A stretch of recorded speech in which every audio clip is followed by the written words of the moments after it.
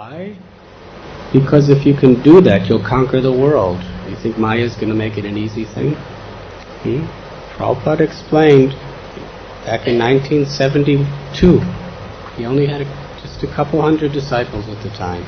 He said, if all of you would just work together to follow my instructions with a single mind, we would conquer the world within 18 days.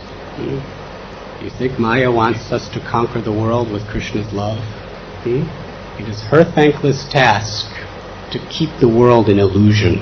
And the only way she has hope of keeping the world in illusion is to forbid the devotees to have love and trust amongst each other. Because if they do, the power of God will come through them and destroy all her darkness with the light of Krishna's mercy. Therefore, Srila Prabhupada explained so many times that Maya cannot disturb this movement from without. They can take our temples away. They can take our properties away. The agents of Maya can kill our physical bodies. The agents of Maya can put us in jail. But none of these things in any way can possibly disturb the progress of the Krishna consciousness movement. The demons cannot disturb us. He said the only way this movement can be disturbed or impeded is from within. So when Maya sees that we're advancing and expanding in glorifying the name of God, she'll first try to attack us from without. But if we're strongly united, there's nothing she could do. Like Prabhupada explained, if you have a bundle of sticks, each stick individually can be broken, but unified they cannot be broken. Maya cannot break the momentum of this movement as long as we are unified. Court cases, weather conditions, economic conditions, persecution. Actually, the more Maya strikes with these things, the stronger devotees become, and the more ambitious they are, if they are sincere, to expand the movement. So amongst sincere devotees, the attacks from without only make the devotees stronger, more courageous, more fearless, and more empowered. So therefore, Maya has to very cleverly try to destroy from within. And how does she destroy from within? By creating doubt, by creating mistrust, by propaganda. It's not a physical thing. Through propaganda. Propaganda is the most powerful weapon of Maya in this entire creation.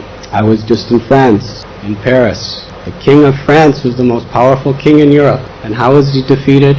By lying propaganda. Those people who he was really helping, the enemies from outside were just sending people inside just to say bad things. He's doing like this, he's doing like this, he's doing like this. And they heard it so many times that they just, nobody could trust each other anymore. This way. The enemy from outside knew he could not conquer from the outside, but from within, everything fell to pieces. That's the way Maya works. Maya will try to create mistrust and doubt amongst each other. Try to create dualities. So if you see this propaganda creeping in, which it will, to create doubt and mistrust, know that it is a poisonous serpent to the mission of the Guru. You should trample on it immediately. You should kill it. Don't let it in. Because once that venom starts circulating, everybody becomes bewildered. Love and trust. If you can't trust somebody, you can't love somebody. And what destroys trust? Propaganda. Maya's propaganda. Trying to create doubt, disunity, and mistrust in one another. And if we fall victim to that, the mission is stopped. Maya will attack in so many ways. We see what happened to the Gaudiya Math. It was doubt, mistrust, and propaganda that separated so many devotees. So, we should be very, very, very cautious and on guard that we do not allow this disease to enter into our association. If somebody's having a problem, help them. Don't criticize.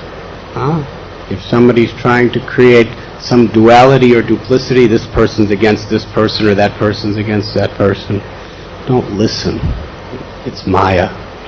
If you have any doubts, you just ask the Guru. If you have any doubts, you ask a senior Vaishnava or the Guru. But don't listen to anything else that's contrary to what you have heard them say. If you do, you become an agent of Maya to destroy your Guru's own mission. Is there any other questions? Does that answer? Srila Prabhupada used to say the worst enemy to our movement is rumors. Gossip takes away all one's propensity for devotional service. Don't listen. It will come. Maya must do it. If she doesn't do it, she's not doing her job. If anyone mistreats you or me, I must forgive. If they mistreat another Vaishnava, then we must do whatever is necessary to protect our god brother or god sister or that Vaishnava. But for ourselves, we should be willing to accept as Krishna's mercy, unless it's creating a disturbance in the lives of others. Then we may have to defend ourselves. Not for ourselves, but for those. If someone doing something to us is disturbing the lives of others, for the sake of protecting them, we may have to defend ourselves, but we're not doing it to defend ourselves. We should forgive. We should forget. It's like what Ranchorji Maharaj told Arvind Bhai, Mafatlal, Hridayananda's father. 2 things to remember and 2 things to forget. 2 things to forget is anything bad anyone has done to you. Forget it immediately. And the other thing to forget is any good you've ever done for another. Because if you do not develop the quality of forgiveness, you will not be forgiven. To the extent you're willing to forgive, Krishna will forgive you. And how many things we have to be forgiven for. Therefore, greatest thing that Krishna can do is have someone come and do a grievous offense to you. If it's such a horrible, immense offense and you forgive him, then you're forgiven for your horrible, immense offense. So forgiving is a great virtue. And whatever we do for another, if we remember that, we become proud, and that ruins everything. Whatever we've done for another, we're only the delivery boy for our spiritual master and the Vaishnavas and Krishna.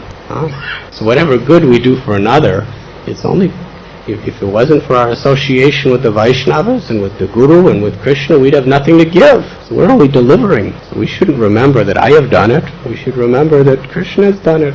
Any fool could do what I have done. I just delivered it. I'm just so fortunate I was allowed to be a part of this pastime. And the 2 things to remember, death can come at every moment, whether you're an insignificant ant crawling around the floor during kirtan being smashed by the feet of the Vaishnavas, or whether you're the